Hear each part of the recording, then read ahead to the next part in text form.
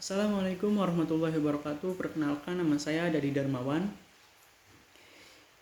Di sini saya akan menjelaskan tentang resume mata kuliah Manajemen Organisasi dan Sistem Pertandingan Olahraga. Bab 1, yaitu yang menjelaskan tentang manajemen, sistem, dan administrasi olahraga. Yang pertama ada manajemen. Apakah manajemen itu? Menurut Duff dan Mercic tahun 1998, mengarahkan manajemen sebagai proses pencapaian dari target organisasi secara efektif dan efisien melalui perencanaan, pengorganisasian, kepemimpinan, dan pengontrolan sumber daya organisasi. Lalu yang kedua ada manajer. Seorang manajer adalah seorang yang aktif secara khusus dan merupakan bagian dari proses manajemen. Secara spesifik, seorang manajer adalah seorang yang melakukan perencanaan, pengambilan keputusan, mengorganisasikan staf, memimpin, memotivasi, sekaligus mengontrol sumber daya organisasi. Lalu yang ketiga, mengapa mengejar karir di manajemen? Biasanya karena kekuasaan dan power, mungkin ini bisa menjadi alasan lainnya bagi seseorang untuk duduk menjadi manajer. Lalu ada prinsip manajemen dan struktur organisasi. Beberapa prinsip yang paling penting dalam manajemen dan struktur organisasi, diantaranya struktur manajemen organisasi harus menjelaskan pendelegasian wewenang dan tugas dan tanggung jawab. Lalu ada pekerjaan manajemen mungkin lebih efektif diorganisir oleh fungsi. Lalu rentang kendali harus dipertimbangkan dalam struktur organisasi.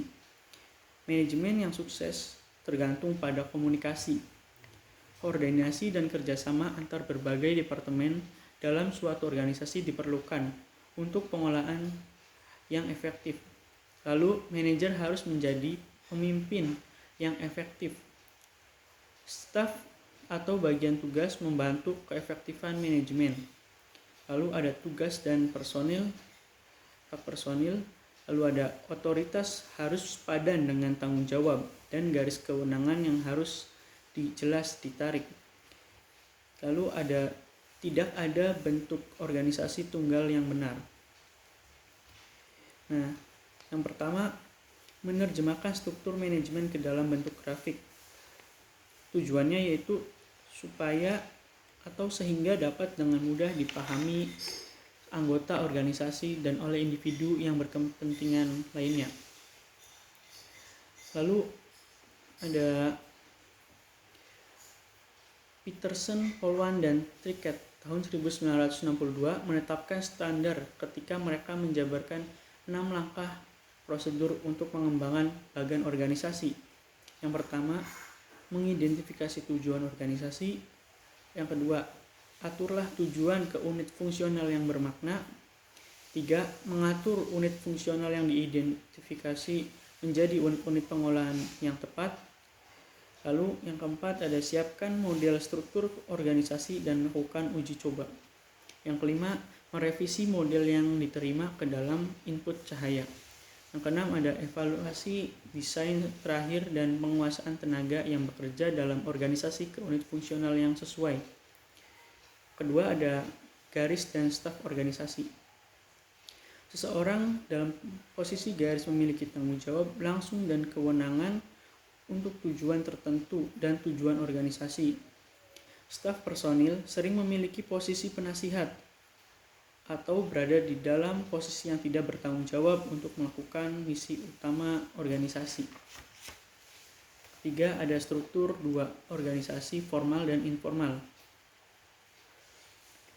Yang pertama, organisasi formal. Sebuah organisasi formal didasarkan pada struktur hierarki pekerjaan dengan tugas yang diberikan oleh manajer untuk bawahan bersamaan dengan hierarki dan tugas-tugas mereka dan jaringan komunikasi. Lalu yang kedua ada organisasi informal. Sebuah organisasi informal menyadari bahwa ada banyak hubungan yang tidak dapat digambarkan dalam bagan organisasi. Dengan kata lain, hal-hal yang dilakukan di luar hubungan formal yang mencerminkan grafik. Yang keempat ada struktur manajemen untuk program-program pendidikan jasmani dan olahraga. Struktur manajemen pada dasarnya dibentuk untuk program-program pendidikan jasmani di sekolah dasar, sekolah menengah pertama, lalu ada sekolah menengah atas atau sekolah menengah kejuruan, sekolah tinggi dan universitas. Organisasi-organisasi komunitas tersebut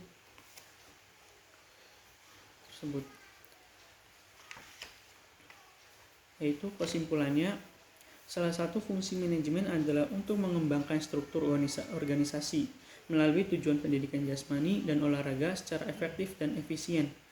Tujuan pendidikan jasmani dan olahraga yang akan dicapai adalah kebugaran fisik, keterampilan motorik, kognitif, dan perkembangan afektif, sosial, emosional. Perkembangan fisik dan tujuan olahraga melalui fisik adalah vital dan unik untuk pendidikan dan harus hadir untuk benar-benar mendidik seluruh individu. Yang C atau administrasi olahraga. Kata administrasi berasal dari Belanda, yaitu administrati, yang artinya segala kegiatan yang meliputi tulis-menulis, ketik-mengetik, komputerisasi, surat-menyurat, korespondensi, kearsipan, agenda, pekerjaan-pekerjaan tata usaha kantor. Yang pertama ada pengertian administrasi. Ada dua pengertian administrasi menurut Profesor Prajudi Atmosudirjo, yaitu administrasi dalam pengertian sempit dan administrasi dalam pengertian luas. Dalam pengertian sempit, yang dimaksud ditinjau dari lingkup kerja yang sempit, yaitu hanya berkisar pada kegiatan tata usaha kantor seperti tulis-menulis, pengetikan, surat menyurat, agenda, kearsipan, pembukuan, dan lain sebagainya. Sedangkan administrasi dalam pengertian luas dibedakan dalam 3 sudut, yaitu proses, fungsi, dan tugas, dan keperanatan atau institusi. Yang pertama, proses. Ditinjau dari sudut proses, maka administrasi merupakan keseluruhan proses, mulai dari proses pemikiran, proses perencanaan, proses pengaturan, proses pergerakan, proses pengawasan, sampai dengan pencapaian tujuan. Yang kedua ada fungsi atau tugas. Ditinjau dari sudut fungsi atau tugas, administrasi berarti keseluruhan tindakan aktivitas yang harus dilakukan oleh seseorang. Lalu yang ketiga ada keperanatan atau institusi. Ditinjau dari keperanatan atau institusi, maka tinjauan administrasi adalah melihat kegiatan dalam suatu lembaga melakukan aktivitas tertentu.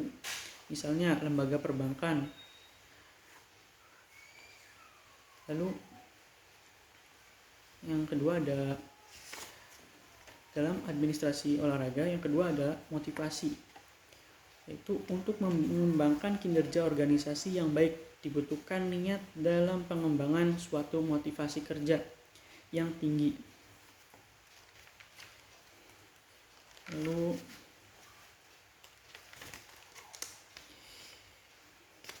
ada beberapa definisi definisi administrasi menurut penulis Indonesia, yaitu diantaranya ada Sutarto, lalu ada Sondang P. Siagian, lalu ada Ngaliru Purwanto.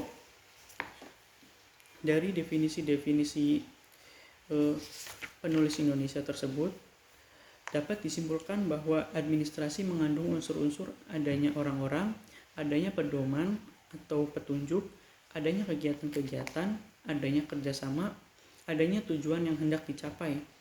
Jadi intinya administrasi adalah aktivitas-aktivitas yang mencapai tujuan atau proses penyelenggaraan kerja untuk mencapai tujuan yang diinginkan. Nah, dalam administrasi olahraga, yang ketiga ada manajer. Manajer merupakan orang yang berusaha mencapai tujuan maupun keberhasilan melalui usaha dan kemampuan orang lain. Tugas penting manajer adalah bekerja dengan dan melalui orang lain, lalu memadukan dan menyeimbangkan tujuan, menetapkan prioritas apa yang didahulukan. Lalu ada mempertanggungjawabkan dan bertanggung jawab. Lalu berpikir analitis dan konseptual. Lalu mediator atau penengah segala persoalan yang ada. Lalu ada politisi, yaitu seseorang yang pandai berdiplomasi. Lalu ada diplomat yang piawai membawa dan menunaikan misi. Lalu ada yang terakhir, yaitu pengambilan keputusan yang sulit.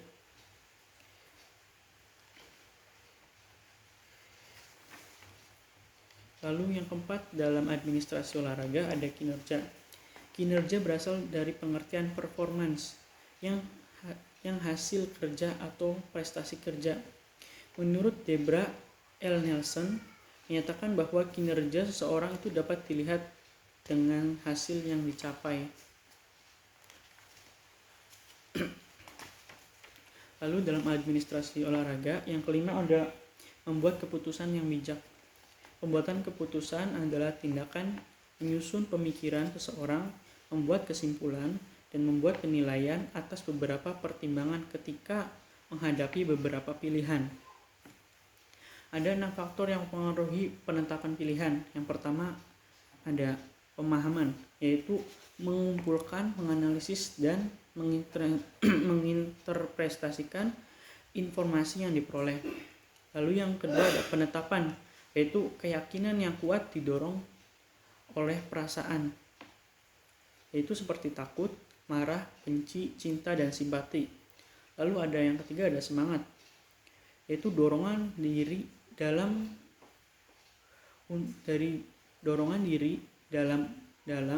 untuk bergerak atau bertindak, walaupun orang yang merasakannya akan senang ataupun marah terhadap apa yang dikerjakannya. Yang keempat ada norma-norma, yaitu landasan, standar, atau kualitas yang dianggap menguntungkan. Yang kelima ada kebenaran dan fakta, memiliki arti yang sama dan mempengaruhi cara membuat pilihan. Yang keenam ada informasi yang berupa opini, keyakinan, dan bujukan merupakan bahan dalam proses pembuatan keputusan. Yang ketujuh dalam administrasi olahraga yaitu ada administrasi atau manajemen. Administrasi atau manajemen meliputi perencanaan, pengorganisasian, kepemimpinan, dan evaluasi. Yang pertama ada perencanaan. Perencanaan merupakan penentuan lebih awal dari suatu tujuan yang akan dicapai. Lalu kedua ada pengorganisasian.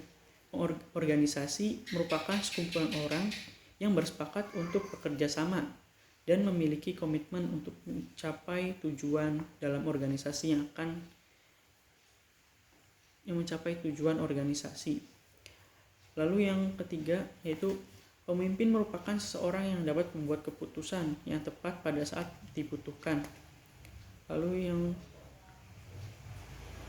evaluasi yaitu melihat kembali hasil kerja yang telah dilakukan, baik keberhasilan maupun merupakan kegagalan.